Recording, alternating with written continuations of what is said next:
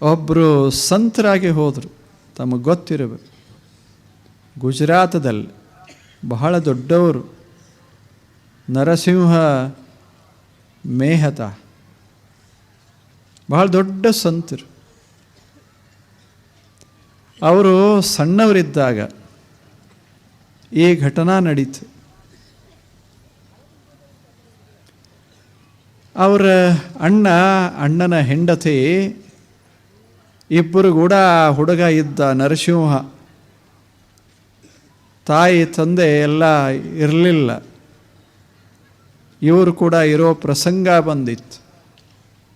ಹುಡುಗ ಇನ್ನೂ ಸಣ್ಣವ, ವಯಸ್ಸಿಗೆ ಬಂದಿರಲಿಲ್ಲ. ಅಣ್ಣ ಮತ್ತು ಅಣ್ಣನ ಹೆಂಡತಿ, ಅವರಿಗೆ ಒಂದೆರಡು ಮಕ್ಕಳು. ಆದರೆ ಈ ಹುಡುಗನ ನರಸಿಂಹನನ್ನು ತಮ್ಮ ಅಂತ ನೋಡಿಕೊಳ್ಳಿಲ್ಲ ಅವರು. ಅವನಿಗೆ ಅವೊಬ್ಬ ಕೆಲಸಗಾರ ಅನ್ನುವ ರೀತಿಯಲ್ಲಿ ನೋಡ್ಕೊಳ್ಳೋಕೆ ಪ್ರಾರಂಭ ಮಾಡಿದರು. ಯಾಕೆ, ಮನೆಯವರು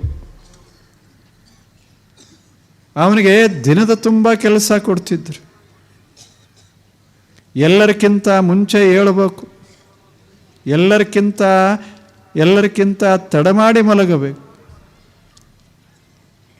ಮಕ್ಕಳ ಸೇವಾ ಮಾಡಬೇಕು, ಇಬ್ಬರಿಗೆ ಸಹಾಯ ಮಾಡಬೇಕು, ಅಡುಗೆ ಕಾರ್ಯದಲ್ಲಿ ಭಾಗಿಯಾಗಬೇಕು, ಮನೆ ಸ್ವಚ್ಛ ಮಾಡಬೇಕು, ಪಾತ್ರೆಗಳನ್ನು ತಿಕ್ಕಿ ತೊಳಿಬೇಕು, ಎಲ್ಲರೂ ಊಟ ಮಾಡಿದ ಬಳಿಕ ಮಾಡಬೇಕು. ಹಿಂಗೆ ಆ ಹುಡುಗನ ನಡೆಸ್ಕೊಳ್ಳೋಕೆ ಪ್ರಾರಂಭ ಮಾಡಿದರು. ಅವನಿಗೆ ಕಣ್ಣೀರ ಬರ್ತಿತ್ತು. ರಾತ್ರಿ ಮಲಗುವಾಗ ಕಣ್ಣೀರ ಸುರಿಸ್ತಾ ಯಾರಿಗೆ ಹೇಳೋದು ಯಾರಿಗೆ?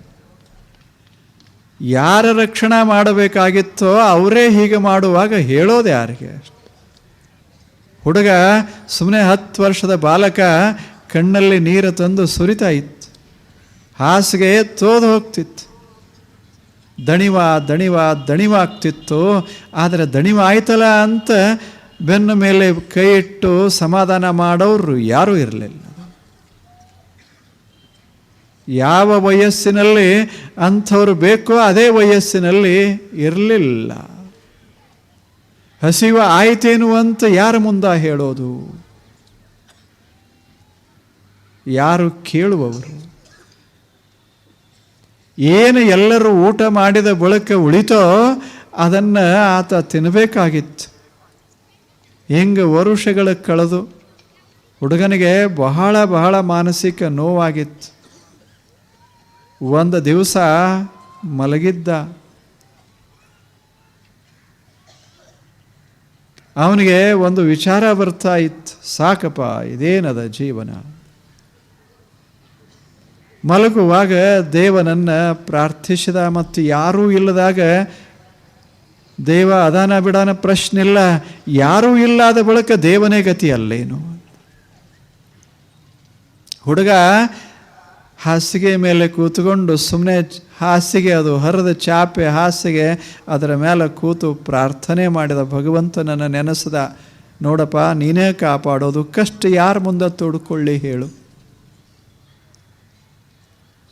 ನಾನು ದುಡಿಬಾರ್ದಂತಲ್ಲ, ಕಷ್ಟ ಕೇಳೋರು ಒಬ್ರು ಯಾರೇ ಬೇಕಲ್ಲ, ಸುಖ ದುಃಖ ಕೇಳೋರು ಒಬ್ರು ಇಲ್ಲಲ್ಲ.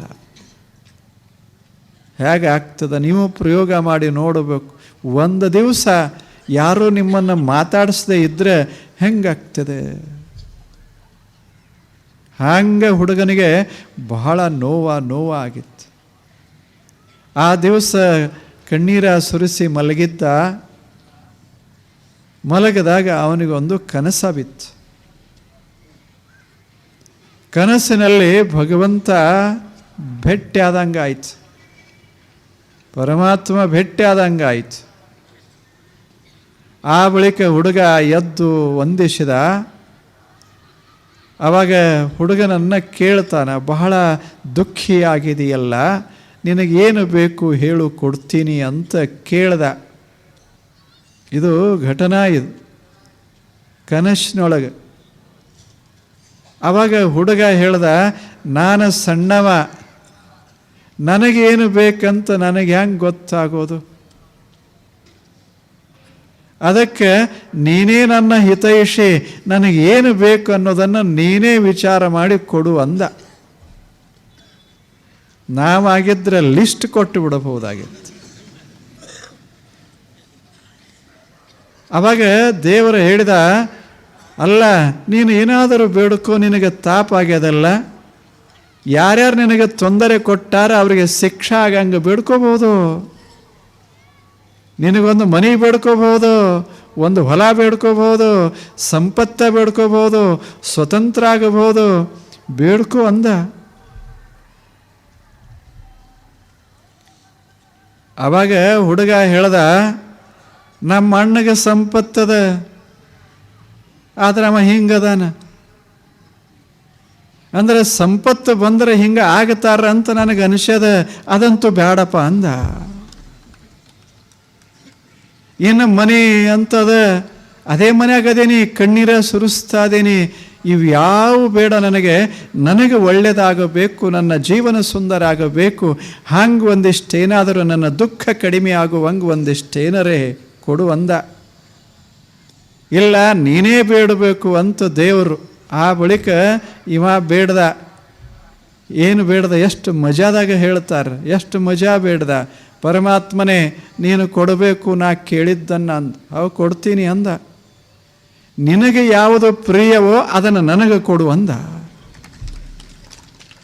ಹೆಂಗದೆ ಕೇಳೋ ರೀತಿ, ಹೆಂಗದೆ 10-14 ವರ್ಷದ ಹುಡುಗ ಕೇಳೋ ರೀತಿ ಎಷ್ಟು ಅದ್ಭುತ.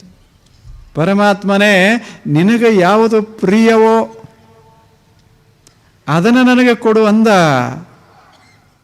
ಅವಾಗ ದೇವರು ಹೇಳ್ದ, ಅದನ್ನು ತಗೊಂಡು ಏನು ಮಾಡ್ತೀಯೋ, ಏನು ಮಾಡ್ತಿ?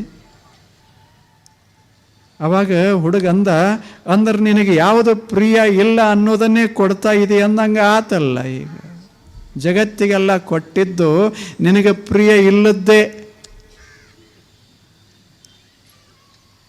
ಅಂದ್ರೆ ಜನ ಏನೇನು ಬೇಡ್ಯಾರ ಅದು ನಿನಗೆ ಇಷ್ಟಿಲ್ಲ, ಅದನ್ನು ಕೊಟ್ಟಿದಿ ಅಂತ ಅರ್ಥ ಆಯಿತು ಅಂದ ಹುಡುಗ. ಎಷ್ಟು ಜಾಣಿದ್ದ ಆತ. ಮತ್ತು ಅವನದೇ ಕನಸಂದಾಗ ಅವನು ಜಾಣ ಆಗಾಕಬೇಕು. ಅವಾಗ ದೇವರು ಹೇಳ್ದ, ಆಯಿತು, ನನಗೆ ಪ್ರಿಯವಾದದ್ದನ್ನು ಕೊಟ್ಟರೆ ನೀನು ಏನಾಗ್ತಿ ಗೊತ್ತೇನು ಅಂದ. ಏನಾಗ್ತೇನಿ ಅಂದ ಹುಡುಗ. ನೀನಂತೂ ಶ್ರೀಮಂತ ಆಗೋದಿಲ್ಲ ಬಿಡು ಅಂದ.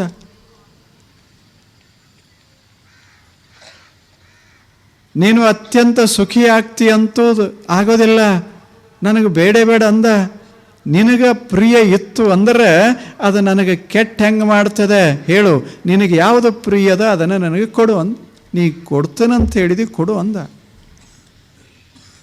ಆವಾಗ ದೇವರು ಹೇಳ್ದ, ನನಗೆ ಅತ್ಯಂತ ಪ್ರಿಯವಾದದ್ದು ಸುಂದರವಾದಂಥ ಮಧುರವಾದಂಥ ಭಾವ ಭಕ್ತಿ ಅಂದ.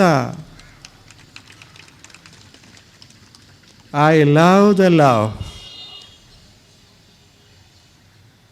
ನನಗೆ ಅತ್ಯಂತ ಪ್ರಿಯವಾದದ್ದು ಪ್ರೇಮವೇ, ಭಕ್ತಿಯೇ ಬೇಕೇನು ಅಂದ. ನರಸಿಂಹ ಮೆಹ್ತಾ ಅವಶ್ಯ ಕೊಡಿ ಅಂದ. ಅಲ್ಲಿಗೆ ಕನಸ ಮುಗಿದು ಹೋಯಿತು. ಅದರ ಕನಸಿನ ಪ್ರಭಾವ ಎಷ್ಟಿತ್ತು ಅಂದರೆ, ನರಸಿಂಹ ಮೆಹ್ತಾ ಶ್ರೇಷ್ಠ ಸಂತ ನರಸಿಂಹ ಮೆಹ್ತಾ ಆದ, ಪ್ರೇಮಳ ಯೋಗಿಯಾದ. ಅದು ಅತ್ಯಂತ ಪ್ರಿಯವಾದದ್ದು, ದೇವನಿಗೂ ಪ್ರಿಯ, ಮನುಷ್ಯನಿಗೂ ಪ್ರಿಯ, ನಮ್ಮ ಒಳಗೆ ಇರೋದು. ಅಂಥ ಒಂದು ಅದ್ಭುತವಾದ ವಸ್ತು ಏನಾದರೂ ಇದ್ದರೆ ಪವಿತ್ರವಾದಂಥ ಆತ್ಮೀಯತ, ಭಾವನಾ, ಭಕ್ತಿ. ಇಂಥ ಭಕ್ತಿಯನ್ನು ನರಸಿಂಹ ಮೆಹ್ತಾ ತನ್ನ ಜೀವನಾದ್ಯಂತ ಹಿಂಗೆ ಹರವಿದ. ಏನು ಹಾಡ್ತಾ ಇದ್ದ, ಅಷ್ಟದ್ಭುತ. ಹಾಗ ಅಕ್ಕ ಮಹಾದೇವಿಯ ಜೀವನ ನೋಡಬೇಕು. ಎಂದ ಮನೆ ಬಿಟ್ಲೋ ಅಂದಿನಿಂದ ಕೊನೆಯ ಕ್ಷಣದವರೆಗೆ ಚನ್ನಮಲ್ಲಿಕಾರ್ಜುನ, ಬರೀ ಚನ್ನಮಲ್ಲಿಕಾರ್ಜುನ, ಯಾವ್ಯಾವುದು ಇಲ್ಲ. ಇನ್ನು ನರಸಿಂಹ ಮೆಹ್ತಾಗ ಕೊಡ್ತೇನೆ ಅಂತ ಹೇಳ್ದ ಸಂಪತ್ತ ಅಕ್ಕ ಮಹಾದೇವಿಗೆ ಬಂದೇ ಬಿಟ್ಟಿತ್ತು. ಆದರೆ ಸ್ಪರ್ಶ ಮಾಡಿ ಆ ಗುಣಗಳನ್ನು ಹೇಳಿ ನನಗೆ ಯಾವುದು ಬೇಕಿಲ್ಲ. ಏನು ಬೇಕು? ಚನ್ನಮಲ್ಲಿಕಾರ್ಜುನ ಅಷ್ಟೆ. ಬರೀ ಆ ಶಬ್ದ ಅದನ್ನು ಹಿಡ್ಕೊಂಡು ಬಾಳಿ ಬದುಕಿ ಮರ್ಯಾದವಳು ಅಕ್ಕ ಮಹಾದೇವಿ. ಎಂಥ ಸಂತ್ರಿ ಜಗತ್ನಾಗ ಬಾಳಿ ಬದುಕ್ಯಾರ. ಹೆಣ್ಣು ಮಕ್ಕಳೇನೋ ಗಂಡು ಮಕ್ಕಳೇ. ಇದು ಎದೆಯೊಳಗಿರೋದು ವಸ್ತು ಪ್ರೇಮ ಅಲ್ಲ, ವ್ಯಕ್ತಿ ಪ್ರೇಮ ಅಲ್ಲ, ಆತ್ಮ ಪ್ರೇಮದ ಅದು ಭಕ್ತಿ.